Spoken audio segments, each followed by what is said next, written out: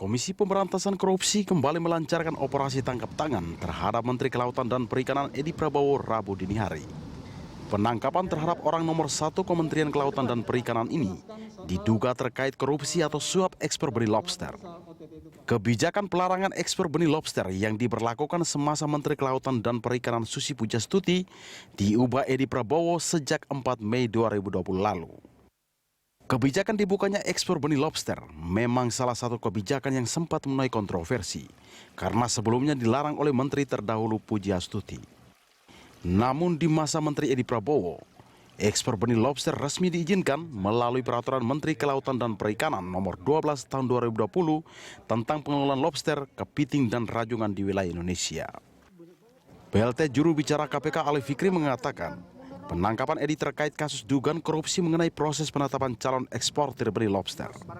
Sementara itu, ada 17 orang yang ditangkap KPK dalam rangkaian operasi tangkap tangan di Depok, Jakarta, dan Bandara Soekarno-Hatta.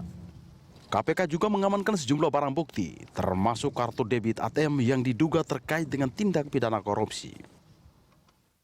KPK telah mengamankan sejumlah pihak pada hari Rabu tanggal 25 November 2020 di beberapa lokasi, diantaranya adalah Jakarta dan Depok, Jawa Barat, termasuk di Bandara Soekarno-Hatta sekitar jam 00.30 waktu Indonesia Barat. Jumlah yang diamankan oleh petugas KPK seluruhnya saat ini ada 17 orang, diantaranya adalah Menteri Kelautan dan Perikanan beserta dengan istri dan beberapa pejabat di KKP. Di samping itu juga beberapa orang pihak swasta. Turut diamankan sejumlah barang, diantaranya adalah kartu debit ATM, yang diduga terkait dengan tindak pidana korupsi dan saat ini masih diinventarisir oleh tim penyelidik KPK. Kasus ini diduga terkait dengan proses penetapan calon eksportir benih lobster. Dan saat ini KPK masih melakukan pemeriksaan secara intensif terhadap 17 orang tersebut selama 1 kali 24 jam. Perkembangan perkara tersebut tentu nanti akan kami informasikan lebih lanjut. Dalam Peraturan Menteri Kelautan dan Perikanan yang diteken Edi tersebut, dijelaskan bahwa kegiatan ekspor benih lobster dapat dilakukan dengan ketentuan yang telah ditetapkan Kementerian Kelautan dan Perikanan. Kegiatan ekspor ini nantinya dikenakan kewajiban bayar bea keluar sesuai ketentuan kementerian. Adapun pasal 5 yang disebutkan di atas berisi mengenai ketentuan dibolehkannya ekspor benih lobster. Di antaranya, yang diatur yakni mengenai kota dan lokasi penangkapan harus menyesuaikan kajian yang ditetapkan Direktorat Jenderal di bidang perikanan tangkap hingga sejumlah syarat yang mesti dipenuhi eksportir seperti harus melaksanakan pembudidayaan lobster. Selain itu, pasal tersebut juga mengatur proses ekspor benih lobster yang dilakukan melalui bandara yang ditetapkan. Hal lain yang diatur termasuk mengenai alat tangkap sampai harga patokan benih lobster. Tim Liputan Berita 1. Edi Prabowo terjerat ekspor benur. Itulah topik dialog kita pagi ini. Menteri Kelautan dan Perikanan Edi Prabowo ditangkap KPK terkait dugaan korupsi ekspor benih lobster. Dibukanya ekspor benih lobster menjadi salah satu kebijakan yang sempat menuai kontroversi. Sebab kebijakan itu sebelumnya dilarang oleh Menteri terdahulu Susi Pujiastuti. Dan untuk membahasnya pemirsa, kita sudah terhubung dengan Direktur Pusat Kajian Anti Korupsi Fakultas Hukum UGM, Zainal Arifin Muhtar. Kami juga mengajak Anda berpartisipasi bersama kami melalui nomor telepon yang tertera di layar televisi Anda. Selamat pagi, Mas Zainal. Selamat pagi, Mbak. Baik, Mas Zainal, sesuai dugaan kita semuanya bahwa Menteri Edi terduga atau sangkaan yang dialamatkan kepadanya adalah suap ekspor benur sebelum adanya konferensi pers resmi atau pernyataan resmi dari KPK. Anda juga menduga hal serupa, jadi tidak terlalu kaget ketika kemudian ada pernyataan resmi dari KPK terkait hal itu? Sebenarnya kan cerita-cerita di balik itu udah lama beredar ya. Ada berbagai laporan, bahkan salah satu koran nasional sendiri mengangkat itu beberapa hari belakangan. Jadi memang dugaan-dugaan itu memang sudah sekian banyak keluar dan akhirnya proses penangkapan di Bandara semalam atau beberapa hari yang lalu, 2 hari yang lalu itu sebenarnya hanya mengkonfirmasi saja apa yang terjadi gitu. Nah, cuma memang sudah lama ini detail, kan yang kemudian disusul dengan keluarnya Peraturan Menteri Nomor 12 tahun 2020. Artinya memang sejak bulan Mei itu kemudian terus-terusan diberitakan besar-besaran terkait dengan izin ekspor atau penunjukan eksportirnya. Demikian. Iya, sebenarnya kan bisa dipecah-pecah ya. Ada beberapa isu sebenarnya. Yang pertama isu soal apakah memang bisa dilakukan ekspor bibit lobster.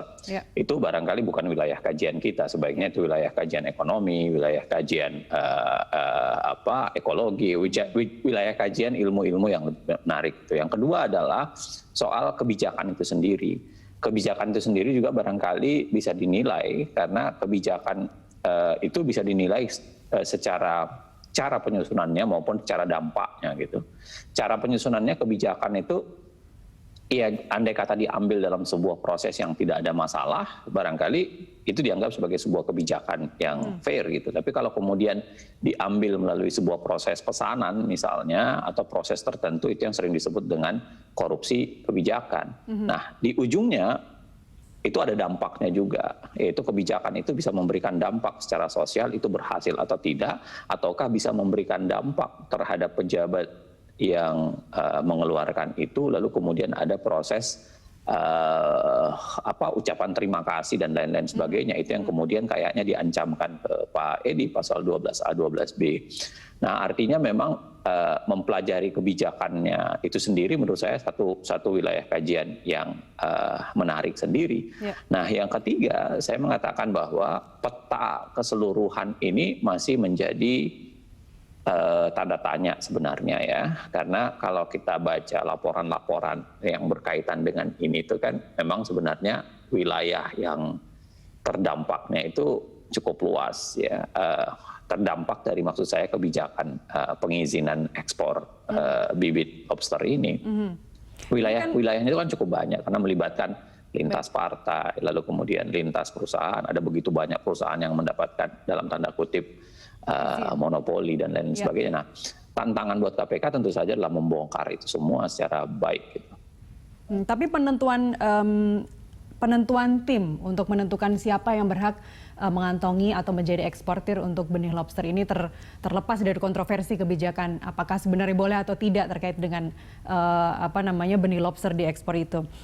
Penunjukan timnya sendiri seperti apa, Mas Zainal? Misalnya yang selalu didengungkan oleh Menteri Edi adalah penentuan eksportir itu oleh tim. Dia tidak ada kaitannya di situ. Ada tim budidaya, ada tim perikanan tangkap, ada karantina, termasuk juga dilibatkannya Irjen. Artinya ini kan secara struktural memang seperti itulah yang terjadi di Kementerian KKP. Tapi sebenarnya seperti apa sebenarnya penunjukan tim untuk penentuan eksportir? Itu yang saya bilang sebenarnya kebijakan ya. Kebijakan itu kan ada 3 aspek paling tidak. Mulai dari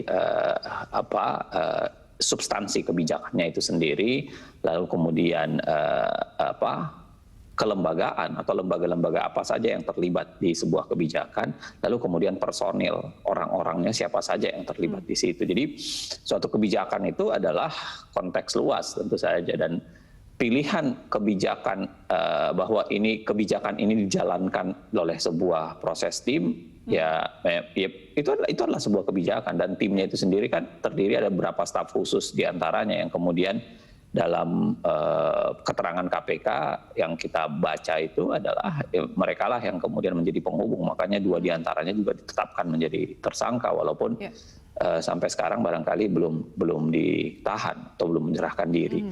Nah, maksud saya adalah kebijakan itu harus dilihat secara luas. Ada kebijakan substansinya itu sendiri, lalu kemudian ada kebijakan kelembagaan dan personil yang mengerjakan itu.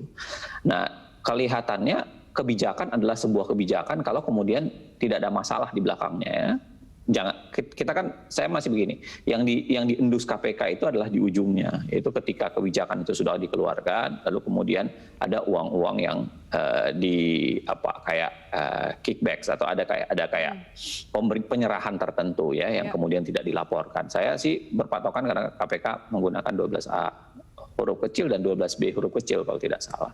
Nah, tapi kalau kita tarik ke belakang, ya bisa juga ada kemungkinan itu adalah pesanan. Belum lagi kalau kita bicara soal dampak, ya dampaknya itu bisa menguntungkan begitu banyak pihak. Kalau laporan salah satu majalah itu mengatakan ya itu lintas partai atau lintas dalam tanda kutip lintas fraksi. Nah, artinya kalau kita lihat ada pola di mana ada perusahaan yang kemudian membayarkan atau memberikan uang ucapan terima kasih atau apapun itu kepada tim ya yang terlibat maupun ditenggarai masuk ke Pak Menteri, ya artinya sebenarnya tidak menutup kemungkinan perusahaan lain juga melakukan hal yang sama, ya. Makanya penelusuran itu menjadi penting. Apakah uang yang sekitar berapa tuh 9, sekian berapa itu didapatkan dari berbagai perusahaan atau cuma satu perusahaan atau kemudian dari sekian banyak perusahaan yang terlibat itu kemudian ikut memberikan upeti dalam tanda kutip untuk kebijakan tersebut. Nah, ini yang saya bilang tadi tantangan buat KPK karena kemudian magnitud dari sebuah kebijakan itu cukup besar.